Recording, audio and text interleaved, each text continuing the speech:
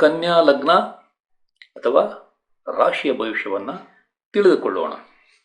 ಈ ಮಾಸದಲ್ಲಿ ಕುಜ, ಗುರು ಮತ್ತು ರಾಹು ಗ್ರಹಗಳು ಶುಭ ಫಲವನ್ನು, ರವಿ, ಬುಧ, ಶುಕ್ರ, ಶನಿ ಮತ್ತು ಕೇತು ಗ್ರಹಗಳು ಅಶುಭ ಫಲ ಅಥವಾ ಮಿಶ್ರ ಫಲವನ್ನು ನೀಡುತ್ತವೆ.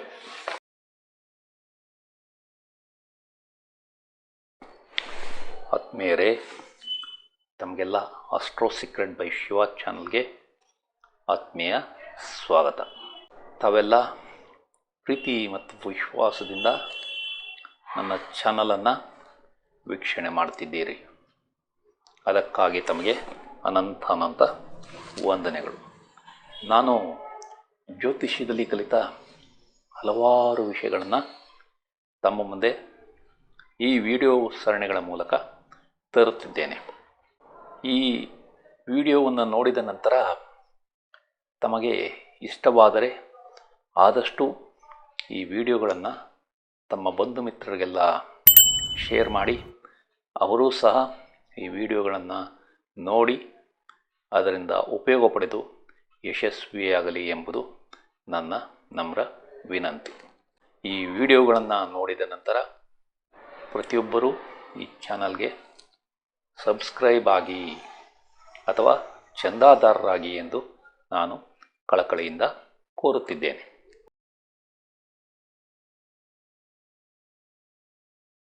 ಈ ಮಾಸದಲ್ಲಿ ಬದಲಾವಣೆ ತರುವ ದಿನಾಂಕಗಳು 4, 7, 14, 15, 16 ಮತ್ತು 17, ಹಾಗೆಯೇ 21, 24, 26, 27 ಮತ್ತು 29. ಈ ದಿನಾಂಕಗಳಲ್ಲಿ 14, 15 ಮತ್ತು 16 ಈ 3 ದಿನಾಂಕಗಳು ಬಹಳ ಮುಖ್ಯವಾದವು. ಇವುಗಳನ್ನು ತಾವು ಒಂದೆಡೆ ಬರೆದಿಟ್ಟುಕೊಂಡು ಈ ದಿನಾಂಕಗಳಲ್ಲಿ ಆದ ಬದಲಾವಣೆಗಳನ್ನು ತಾವು ತಿಳಿದುಕೊಳ್ಳಿ. ಶನಿಗ್ರಹವು ಸದ್ಯ ವಕ್ರ ಸಂಚಾರದಲ್ಲಿದ್ದು ದಿನಾಂಕ 29/11/2025 ಅದು ವಕ್ರ ಸಂಚಾರದಲ್ಲಿಯೇ ಇರುತ್ತದೆ. ಇದನ್ನು ತಾವು ಒಂದೆಡೆ ಬರೆದಿಟ್ಟುಕೊಳ್ಳಿ. ಈಗ ಕಳೆದ ಮಾಸಗಳಲ್ಲಿ ನಾನು ತಿಳಿಸಿದ ದಿನಾಂಕಗಳಂದು ಅಥವಾ ಆ ದಿನಾಂಕಗಳ ನಂತರ ಆದ ಬದಲಾವಣೆಗಳ ಬಗ್ಗೆ ಸಂಕ್ಷಿಪ್ತವಾಗಿ ತಿಳಿದುಕೊಳ್ಳೋಣ.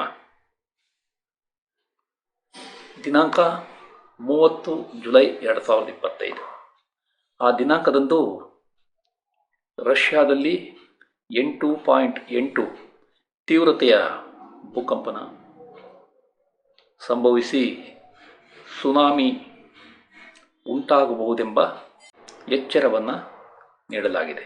ಈ ಭೂಕಂಪನದ ಪರಿಣಾಮ ಒಂದೆಡೆ ಜಪಾನ್ನಿಂದ ಇನ್ನೊಂದೆಡೆ ಅಮೇರಿಕದ ತನಕ ಪಸರಿಸಿದೆ. ಇದು ಬಹಳ ಗಂಭೀರವಾದ ವಿಷಯ. ನಂತರ ದಿನಾಂಕ 3 ಆಗಸ್ಟ್ 2025 ಭಾರತ ಮತ್ತು ಇಂಗ್ಲೆಂಡ್ ನಡುವೆ 5ನೇ ಟೆಸ್ಟ್ ಪಂದ್ಯ ಓವಲ್ ಕ್ರೀಡಾಂಗಣದಲ್ಲಿ ನಡೆದಿತ್ತು. ಭಾರತ ತಂಡ ವೀರೋಚಿತವಾಗಿ ಆಡಿ ಪಂದ್ಯವನ್ನು ಗೆದ್ದು ಸರಣಿಯನ್ನು 2-2ರಲ್ಲಿ ಸಮ ಮಾಡಿಕೊಂಡಿತು. ಇದು ಬಹಳ ಸಂತೋಷದ ವಿಷಯ. ಅದೇ ರೀತಿ ಡೊನಾಲ್ಡ್ ಟ್ರಂಪ್ ರವರು ಭಾರತದ ಮೇಲೆ ತೆರಿಗೆಯ ಯುದ್ಧವನ್ನು ಸಾರಿರುವುದು. ಈ ಡೊನಾಲ್ಡ್ ಟ್ರಂಪ್ ಮಾಡುತ್ತಿರುವ ತೆರಿಗೆಯ ಹೆಚ್ಚಳದಿಂದ ದೇಶದ ಹಲವೆಡೆ ಅಲ್ಲೋಲ ಕಲ್ಲೋಲ ಸೃಷ್ಟಿಯಾಗಿದೆ. ಅದೇ ರೀತಿ 14 ಆಗಸ್ಟ್ 2025 ದರ್ಶನ್ ರವರ ಬೇಲ್ ಸುಪ್ರೀಂ ಕೋರ್ಟ್ನಲ್ಲಿ ವಜಾಗೊಂಡಿರುವುದು. ಇದು ಬಹಳ ಅಚ್ಚರಿಯ ಬೆಳವಣಿಗೆ. ಈಗ ಸ್ಟಾಕ್ ಮಾರ್ಕೆಟ್ ಕಡೆ ನೋಡೋಣ. ನಿಫ್ಟಿ ದಿನಾಂಕ 21 ಜುಲೈ 2025ರಲ್ಲಿ 24,882 ಲೋ ಟಚ್ ಆಗಿತ್ತು. ಅದೇ ರೀತಿ 24 ಜುಲೈ 2025ರಲ್ಲಿ 25,246 ಈ ಹೈ ಟಚ್ ಆಗಿದೆ. ಅಂದರೆ 364 ಅಂಕಗಳ ಏರಿಕೆ ಕಂಡಿದೆ. ಅದೇ ರೀತಿ 11 ಆಗಸ್ಟ್ 2025ರಂದು 24,347 ಈ ಲೋ ಅನ್ನು ತಲುಪಿತ್ತು.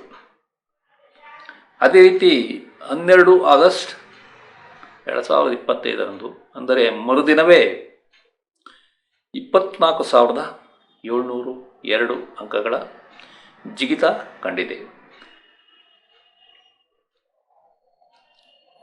ಅಂದರೆ 355 ಅಂಕಗಳ ಹೆಚ್ಚಳವಾಗಿದೆ.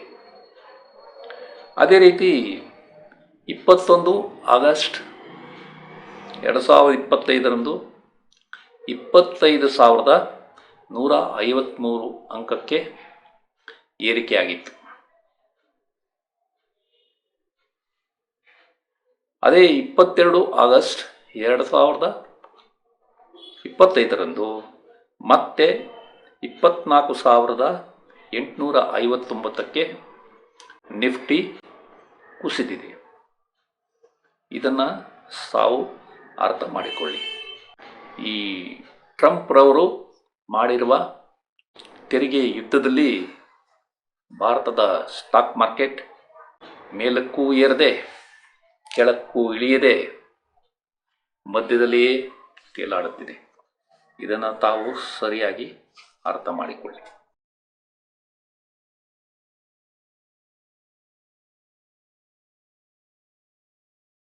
ನಿಮ್ಮ ಸ್ನೇಹಿತರು, ಹಿಂಬಾಲಕರು ಮತ್ತು ಸಹೋದ್ಯೋಗಿಗಳಿಂದ ನಿಮಗೆ ಉತ್ತಮ ಸಹಾಯ ಸಹಕಾರ ಸಿಗಲಿದೆ. ನಿಮ್ಮ ವಿದೇಶಿ ಸಹಭಾಗಿತ್ವ ಯಶಸ್ಸನ್ನು ಕಾಣುತ್ತದೆ. ನಿಮ್ಮ ಪಾಲುದಾರರ ಜೊತೆ ಉತ್ತಮ ಬಾಂಧವ್ಯವನ್ನು ಹೊಂದುತ್ತೀರಿ. ನೀವು ಯಾವುದಾದರೊಂದು ಕಾಯಿಲೆಯಿಂದ ಆಸ್ಪತ್ರೆ ಸೇರಿದ್ದರೆ ಅದರಲ್ಲಿ ಮುಕ್ತಿ ಹೊಂದಿ ಬಿಡುಗಡೆ ಭಾಗ್ಯವನ್ನು ಪಡೆಯುತ್ತೀರಿ. ನಿಮ್ಮ ತಾಯಿ ಸಂತೋಷದಿಂದಿದ್ದು ಒಳ್ಳೆಯ ಆರೋಗ್ಯ ಇರುತ್ತದೆ. ನಿಮ್ಮ ಮನೆಯಲ್ಲಿ ಶಾಂತವಾದ ವಾತಾವರಣ ಇರಲಿದೆ. ನೀವು ಈ ಅವಧಿಯಲ್ಲಿ ವಾಹನ, ಜಮೀನು ಅಥವಾ ತೋಟ ಖರೀದಿಗಾಗಿ ಯತ್ನಿಸಿದರೆ ಯಶಸ್ಸನ್ನು ಕಾಣುತ್ತೀರಿ. ನಿಮ್ಮ ಮಕ್ಕಳ ಸ್ಕೂಲ್ ವಿದ್ಯಾಭ್ಯಾಸ ಯಶಸ್ಸು ಕಾಣಲಿದೆ. ಈ ಅವಧಿಯಲ್ಲಿ ನಿಮಗೆ ಮದುವೆ ನಿಶ್ಚಯ ಆಗಬಹುದು. ನಿಮ್ಮ ವ್ಯವಹಾರದಲ್ಲಿ ಪಾಲುದಾರರ ಸಹಕಾರ ಚೆನ್ನಾಗಿರಲಿದೆ. ನೀವು ಕಾಂಟ್ರಾಕ್ಟ್ ವ್ಯವಹಾರ ಮಾಡುತ್ತಿದ್ದರೆ ಅದರಲ್ಲಿ ಯಶಸ್ಸನ್ನು ಕಾಣುತ್ತೀರಿ. ನಿಮ್ಮ ಪ್ರಯಾಣಗಳು ಸುಖಕರವಾಗಿರುತ್ತವೆ. ನಿಮಗೆ ವಿದೇಶದಲ್ಲಿ ಉತ್ತಮ ಸಂಬಂಧ ಮತ್ತು ಯಶಸ್ಸು ಸಿಗಲಿದೆ. ನಿಮ್ಮ ತಂದೆಯ ಸ್ನೇಹಿತರೊಂದಿಗೆ ತಾವು ಪಾಲುದಾರಿಕೆ ವ್ಯವಹಾರವನ್ನು ಈ ಅವಧಿಯಲ್ಲಿ ಮಾಡಬಹುದು. ನಿಮ್ಮ ಉನ್ನತ ವ್ಯಾಸಂಗದ ಯಶಸ್ಸು ನಿಧಾನವಾಗಲಿದೆ. ನೀವು ಕೆಲಸದಲ್ಲಿ ಬದಲಾವಣೆಗಾಗಿ ಯತ್ನಿಸಿದರೆ ಅದು ಈ ಅವಧಿಯಲ್ಲಿ ಸಾಧ್ಯವಿಲ್ಲ. ನಿಮ್ಮ ದೇವತಾರಾಧನೆ ಮತ್ತು ತೀರ್ಥಯಾತ್ರೆಗಳು ಕಿರಿಕಿರಿಯಿಂದ ಕೂಡಿರುತ್ತವೆ. ನಿಮ್ಮ ಸಂಶೋಧನೆ ಮತ್ತು ಆವಿಷ್ಕಾರಗಳು ನಿಧಾನವಾಗಿ ಯಶಸ್ಸು ಕಾಣುತ್ತವೆ. ನೀವು ಈ ಅವಧಿಯಲ್ಲಿ ಧರ್ಮ ಕಾರ್ಯ ಮಾಡಬೇಕೆಂದಿದ್ದರೂ ಅದು ಸಾಧ್ಯವಿಲ್ಲ. ನಿಮ್ಮ ಪುಸ್ತಕ ಪ್ರಕಟಣೆ ನಿಧಾನವಾಗಬಹುದು. ನಿಮ್ಮ ಹಣಕಾಸು ಮತ್ತು ಸಂಪತ್ತು ಈ ಅವಧಿಯಲ್ಲಿ ಹೆಚ್ಚಾಗುವುದಿಲ್ಲ. ನೀವು ಬಂಗಾರದ ಒಡವೆಗಳನ್ನು ತೆಗೆದುಕೊಳ್ಳಬೇಕೆಂದರೂ ಈ ಅವಧಿಯಲ್ಲಿ ಅದು ಸಾಧ್ಯವಿಲ್ಲ. ನಿಮ್ಮ ಸ್ಟಾಕ್ ಮತ್ತು ಶೇರ್ ವ್ಯವಹಾರ ನಷ್ಟ ಹೊಂದುವ ಸಂಭವ ಇದೆ. ಹುಷಾರಾಗಿರಿ. ನಿಮ್ಮ ತಂದೆಯ ಆರೋಗ್ಯ ಸಮಸ್ಯೆ ಸುಧಾರಣೆ ನಿಧಾನವಾಗಲಿದೆ. ನಿಮಗೆ ಕೋರ್ಟ್ ಕೇಸ್ಗಳು ಮತ್ತು ಬೇಡದ ಸಾಲಗಳು ಅಂಟಿಕೊಳ್ಳುವ ಸಂಭವ ಇದೆ. ನಿಮ್ಮ ಸಂಗಾತಿ ಅಥವಾ ಪಾಲುದಾರರಿಗೆ ಅಪಾಯವಿದೆ, ಎಚ್ಚರ ಇರಲಿ. ನಿಮಗೆ ಕೆಲಸದಲ್ಲಿ ಯಶಸ್ಸು ಕಷ್ಟವಾಗಲಿದೆ. ಈ ಅವಧಿಯಲ್ಲಿ ನಿಮಗೆ ಕಾರ್ಮಿಕರ ಸಹಕಾರ ಸರಿಯಾಗಿ ಸಿಗುವುದಿಲ್ಲ. ನೀವು ಈ ಅವಧಿಯಲ್ಲಿ ಸಾಲವನ್ನು ಕೊಡಬೇಡಿ, ಏಕೆಂದರೆ ಕೊಟ್ಟ ಸಾಲ ವಾಪಸ್ ಸಿಗುವುದು ನಿಧಾನವಾಗಲಿದೆ. ನಿಮಗೆ ವ್ಯಾಪಾರದಲ್ಲಿ ಅಥವಾ ಕಚೇರಿಯಲ್ಲಿ ಬಾಕಿ ಬರಬೇಕಾದ ಹಣ ನಿಮ್ಮ ಕೈ ಸೇರುವುದು ನಿಧಾನವಾಗಲಿದೆ. ನೀವು ಬಾಡಿಗೆಗಾಗಿ ಮನೆಯನ್ನ ಅಥವಾ ವಾಣಿಜ್ಯ ಮಳಿಗೆಯನ್ನ ಕೊಟ್ಟಿದ್ದರೆ ಆ ಬಾಡಿಗೆದಾರರಿಂದ ತಾವು ಕಿರಿಕಿರಿಯನ್ನ ಅನುಭವಿಸುತ್ತೀರಿ. ನಿಮ್ಮ ತಂದೆಯ ಕೆಲಸ ಅಥವಾ ವ್ಯಾಪಾರದಲ್ಲಿ ಯಶಸ್ಸು ನಿಧಾನವಾಗಲಿದೆ. ನಿಮ್ಮ ಪಾಲುದಾರರು ವ್ಯವಹಾರದಲ್ಲಿ ನಿಧಾನವಾಗಿ ಹೂಡಿಕೆ ಮಾಡಿದರೂ ಅವರಿಗೆ ಒಳ್ಳೆಯ ಲಾಭ ಸಿಗಲಿದೆ. ನಿಮ್ಮ ಕಾಯಿಲೆಗಳು ಕಡಿಮೆಯಾಗಲಿವೆ. ನೀವು ಸಾಲಕ್ಕಾಗಿ ಯತ್ನಿಸಿದರೆ ಈ ಅವಧಿಯಲ್ಲಿ ಅದು ಸಾಧ್ಯವಿಲ್ಲ. ನಿಮ್ಮ ಕುಟುಂಬದಲ್ಲಿ ಸಂತಾನ ನಿಧಾನವಾಗಲಿದೆ. ನೀವು ಈ ಅವಧಿಯಲ್ಲಿ ಪ್ರೀತಿಸಿ ಮದುವೆಗಾಗಿ ಯತ್ನಿಸಿದರೆ ಅದು ಸಾಧ್ಯವಿಲ್ಲ. ನೀವು ಸಿನಿಮಾ ಅಥವಾ ಧಾರಾವಾಹಿಗಳಲ್ಲಿ ಕೆಲಸ ಮಾಡುತ್ತಿದ್ದರೆ ಮತ್ತು ಕ್ರೀಡಾಪಟುವಾಗಿದ್ದರೆ ಈ ಅವಧಿಯಲ್ಲಿ ಯಶಸ್ಸು ಕಡಿಮೆ ಇರಲಿದೆ. ನಿಮ್ಮ ಹೂಡಿಕೆಗಳಲ್ಲಿ ಹುಷಾರಾಗಿರಿ, ನಷ್ಟವಾಗುವ ಸಂಭವ ಇದೆ. ನಿಮ್ಮ ಸಾಲ ಮರುಪಾವತಿಗಳು ಕಷ್ಟಕರವಾಗಲಿವೆ. ನೀವು PhD ಪದವಿಗಾಗಿ ಯತ್ನಿಸಿದರೆ ಅದು ಈ ಅವಧಿಯಲ್ಲಿ ನಿಧಾನವಾಗಲಿದೆ.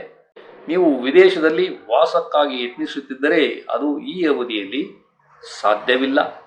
ನೀವು ದತ್ತಿ ಸಂಸ್ಥೆಗಳಿಂದ ಸಹಾಯ ಬಯಸಿದರೆ ಅದು ಕೂಡ ಸಾಧ್ಯವಿಲ್ಲ. ನಿಮಗೆ ಈ ಅವಧಿಯಲ್ಲಿ ವಿಪರೀತ ಸಿಟ್ಟು ಇರಲಿದೆ. ಈ ವಿಡಿಯೋವನ್ನು ಕೊನೆಯವರೆಗೂ ನೋಡಿದ ತಮಗೆಲ್ಲ ವಂದನೆಗಳು.